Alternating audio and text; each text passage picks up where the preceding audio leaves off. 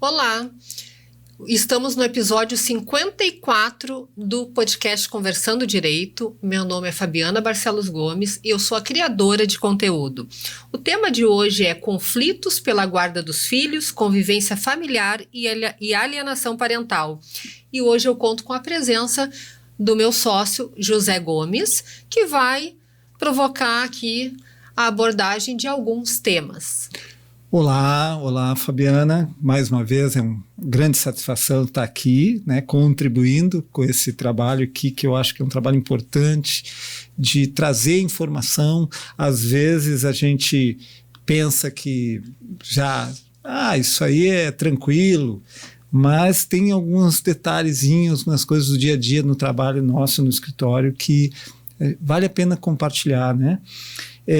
Uma dessas questões assim, que eu já trago na arrancada assim, é que existe às vezes muita confusão em relação aos tipos de guarda, né? Fala lá, compartilhada, alternada, como é que fica metade com cada um, né? E isso surge geralmente a partir de um momento que há um conflito, né, entre os pais, seja porque estão se separando ou porque há situações em que envolvem decisões relativamente à criança, né? E aí não entram no entendimento, né, num primeiro momento. Então, desconfunde para nós um pouco essa questão dos tipos de guarda. Certo. Vou começar pela guarda unilateral, que é onde existe o guardião e o genitor que não está com a guarda vai fazer a visitação, vai fazer o pagamento da pensão e sim, ele tem o direito de fiscalizar e qualquer coisa que fuja da normalidade, informar, entrar com uma ação, enfim, para rever isso. Mas a guarda unilateral é quando tem um só guardião. Ele vai tomar todas as decisões sobre a vida daquele menor, da criança ou do adolescente. Ele vai tomar todas as decisões. A guarda é dele. Essa é a guarda unilateral. Existe a guarda alternada. A guarda alternada, ela é uma guarda que não é recomendada, é muito difícil de conseguir, muito difícil. Eu tive casos onde eu consegui, durante todos esses meus anos de advocacia, eu acho que eu tive só 2 ou 3 casos que eu consegui a guarda alternada, porque já estava se praticando aquela guarda. E quando o juiz se deparou com o caso e conversou com a criança e viu que estava funcionando bem, ele homologou aquele acordo. Mas, do contrário, é muito difícil, nem Ministério Público, nem psicólogo, assistente social, aceita esse tipo de guarda, porque a criança ela não tem uma base de residência, então ela fica um pouco perdida. Mas né? Mesmo esses casos eram já pré-adolescentes ou adolescentes, né? Não era criança muito pequena, né? Não, eu tive uma ela tinha 9 anos e a juíza fez questão que ela entrasse e conversou com ela para ver como estava acontecendo. E aí permaneceu ali do jeito que estava. A guarda alternada, a criança vai ficar, por exemplo, 15 dias com o pai, 15 dias com a mãe. Nos 15 dias que ele está com a mãe, a autoridade é toda dela. Quando ele for ficar com o pai naqueles outros 15 dias, é do pai. Cada um vai arcar com as despesas do seu filho, tá? Por último, e a regra geral é a guarda compartilhada. Essa é a regra. Tem o filho, o juiz vai, entrou no litígio, o juiz vai aplicar a guarda compartilhada. O que acontece na guarda compartilhada? Muitas pessoas pensam, muitos pais pedem a guarda compartilhada achando que não vão ter que contribuir com alimentos. E não tem nada a ver uma coisa com a outra. Ele vai ter a guarda compartilhada e se a criança ou adolescente reside, a base de residência é da mãe, ele vai pagar os alimentos. Tá, então tu falou em base de residência. Na compartilhada existe a base de residência. Então, eles vão compartilhar tudo sobre aquela criança ou adolescente. Escola, plano de saúde, sei lá, qualquer atividade extra. Tudo tem que ser conversado como se casados fossem. Nenhum vai poder decidir sozinho, sob pena de perder. E aí a guarda unilateral passar pro outro genitor ali. Então, é tudo combinado. E, portanto, o diálogo é muito importante nesses casos, né? Antigamente, quando os pais residiam em cidades diferentes, não se aplicava a guarda compartilhada, porque o juiz entendia que nessa guarda compartilhada, por exemplo, a criança está ali na escola, a mãe não pôde buscar, chama o pai vai lá e busca. Tu leva no médico, eu levo no médico, sabe? E morando em cidades diferentes não tinha como. Mas com um novo entendimento, né, que também jurisprudencial, onde não importa se eles estão residindo em cidades diferentes, até estados, dá para compartilhar a guarda, tá? Mas tem um caso onde não se aplica a guarda compartilhada. E isso, numa audiência de conciliação, o juiz verifica. Que é o caso, ele vai falar com o Ministério Público, vai falar com a parte, para ver se existe o caso de violência doméstica. Porque, e eu trago aqui, inclusive, uma alteração que eu quero falar, tá? Justamente por isso, dessa medida, se tem medida protetiva, não se aplica a guarda compartilhada. Então, deixa eu só reproduzir para ti. Deixa eu só reproduzir rapidinho aqui para concluir essa parte. Aqui, muito bem. A Lei 14.713 de 2023, ela alterou o Código Civil para estabelecer que o risco de violência doméstica ou familiar impede a guarda compartilhada. Se houver evidência de violência, a guarda deverá ser unilateral para proteger a criança ou o adolescente e o juiz deve investigar a situação. Além disso, adicionou o artigo 699-A ao Código de Processo Civil, que impõe ao juiz o dever de indagar, aquilo que eu falei, indagar as partes e o Ministério Público sobre situações de violência doméstica. Então, regra geral, guarda compartilhada. Mas, se existe violência doméstica, é guarda unilateral. Muito bem. Eu acho que essa questão é bastante complexa, essa da violência, né? Eu acho que a gente pode avançar, mas antes eu queria esclarecer bem essa questão dessas confusões de base de residência, com exceção da alternada, que tu já disse que é muito raro, né? Onde pode-se dizer que a criança ou adolescente mora em dois lugares, porque ele mora uns dias com um, outros dias com outro, mas nas outras duas guardas, a criança tem um endereço. Sim. E esse endereço, essa base de residência, chamou, não se confunde com a guarda. Não. A guarda é de ambos, mas a criança precisa ter uma base de residência. Bem como tu disse, ela precisa ter um endereço. Por isso que a guarda alternada não é bem vista. Por quê? Porque a criança vai ter dois endereços. A criança não vai ter uma raiz ali, entende? E isso é importante. Sim. Então, e é por isso que a guarda compartilhada é a regra geral. E né, outra questão que nós falamos, tu falou que às vezes os pais moram então em cidades diferentes, mas ainda assim se mantém a guarda compartilhada. Sim. A regra geral se aplica, não é porque está a uma certa distância. Mas, e se moravam na mesma cidade, ok, separados, mas estavam ali, e um dos pais, o pai ou a mãe, aquele que tem a base de residência, pelo menos, quer se mudar para outro estado, longe, né? Certo. Isso na guarda... Como é que acontece isso na guarda unilateral e como é que acontece isso na guarda compartilhada?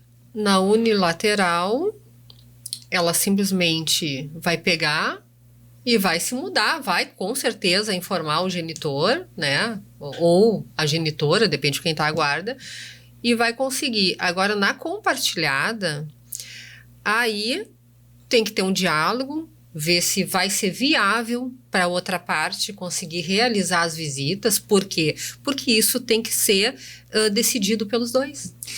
E nesse caso, quando não houve acordo, e então tem um conflito, e aí foi para a justiça, aí o juiz decidiu, ou as partes, enfim, chegaram a algum consenso na justiça, a guarda é compartilhada, a guarda unilateral. Tá, mas e aí isso não muda mais? Já é sentença, o juiz já decidiu? Muda, e eu tenho um caso, na verdade tenho vários, mas um caso que me marcou também, porque foi um caso bem, vou falar rapidamente aqui, bem estranho. Era um pai muito alterado e ele tinha guarda compartilhada com a mãe.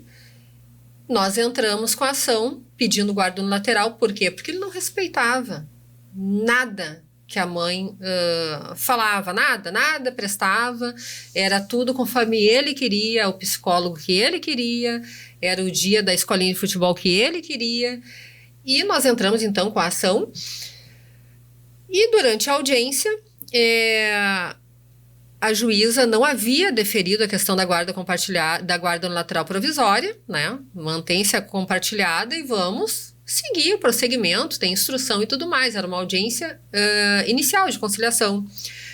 Só que ela já estava terminando a ata e ele resolveu brigou até comigo, brigou com a outra parte, falando das questões de visita que não dava, que a escolinha de futebol não dava, enfim, até que a juíza observou quem realmente, ele mostrou quem ele era na frente dela. Ela disse para a estagiária: anula e vou fazer de novo, defiro a guarda unilateral provisória para fulana de tal. Mudou na hora. Porque é isso, se tu não respeitar a guarda compartilhada como ela deve ser, corre o risco, sim, de perder e passar o unilateral para o outro. E aí eu queria te provocar numa outra situação que com certeza pode mudar a situação da guarda. E que tem muitos casos que vêm até o escritório e que é algo que tem sido até objeto de certa polêmica. Mas por quê? Porque é difícil provar, assim como tinha a questão do abandono afetivo, que tu tratou no outro episódio, a questão da alienação parental. Sim. Né? Então, a alienação parental, e aí tem uma outra situação que tu normalmente fala, que é da autoalienação. Sim. Né? Que explica um pouquinho para nós como é que é essa questão da alienação parental e aí da autoalienação, e o que isso pode ocasionar na situação da guarda. Certo. A alienação parental, ela é praticada, na verdade, pelo genitor que tem a guarda, ou pelo responsável, pode ser por avós, pessoas que convivam com a criança, né? E ela é muito prejudicial para o emocional dessa criança, para o crescimento dessa criança, né? Começa a desqualificar o outro genitor. Então, chega ao ponto que aquela criança, ela se vê bloqueada, ela não consegue visitar o outro genitor. Por quê? Porque a mãe ou o pai, enfim, fica desqualificando o tempo todo, né? Porque, infelizmente, tem muitos pais que eles não pensam no prejuízo que eles estão gerando para o filho. Eles não pensam nisso. E é por isso que vem o juiz e tenta resolver. Então, cometem, assim, as coisas mais absurdas, sabe? Com relação à convivência da criança. E existe a autoalienação parental, que também eu tenho alguns casos. Inclusive, tem um aqui que já está finalizando, mas que não vou falar do caso concreto, mas eu enxerguei, e inclusive quando essa parte acusou a minha cliente de alienação parental porque ela mudou de cidade, sendo que informou, né? Mas enfim, e era guarda unilateral. O que ele atribuiu a ela, ele mesmo estava fazendo. Então, a autoalienação é quando ele, vou dar um exemplo, ele recebe o filho, né, a filha, e começa a dizer que a mãe é que estragou a família, a mãe é que que gerou tudo aquilo, que é por isso que eles não estão juntos, né? E tem a questão dele entrar em conflito, né, com o filho também, né? Também entra em conflito com o filho. E aí culpa a mãe. Culpa a mãe. E chega um ponto que essa criança não quer mais visitar. O que ele faz? Alienação parental. O meu filho não quer mais me ver. E a culpa é da mãe. Mas não. Aí, com uma investigação de uma equipe multidisciplinar, onde vai ter ali um assistente social, um psicólogo, eles vão detectar que, na verdade, não é a alienação parental que ele está acusando a parte guardiã ali. Não, é ele que está fazendo a autoalienação parental. E a consequência da alienação parental em termos da guarda ou da convivência pode levar ao quê? A mudança da guarda? Mudança? Isso. Com certeza. Então, a autoalienação parental é algo assim que ainda fica... Rolf Madaleno falou sobre isso. Ele que provocou esse assunto, né? E foi muito interessante. E é algo que até então nós não enxergávamos.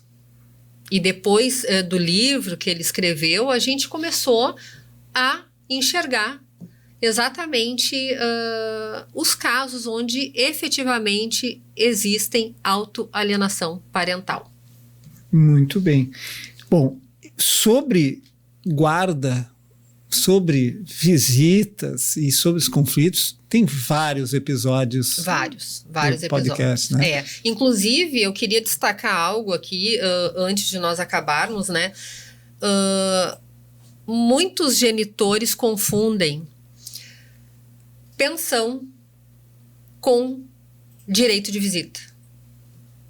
Muitos, tá? E eu quero deixar muito claro aqui que se o pai ou a mãe não está contribuindo com os alimentos, não está pagando, não pode o genitor proibir a visita, porque uma coisa não tem nada a ver com a outra.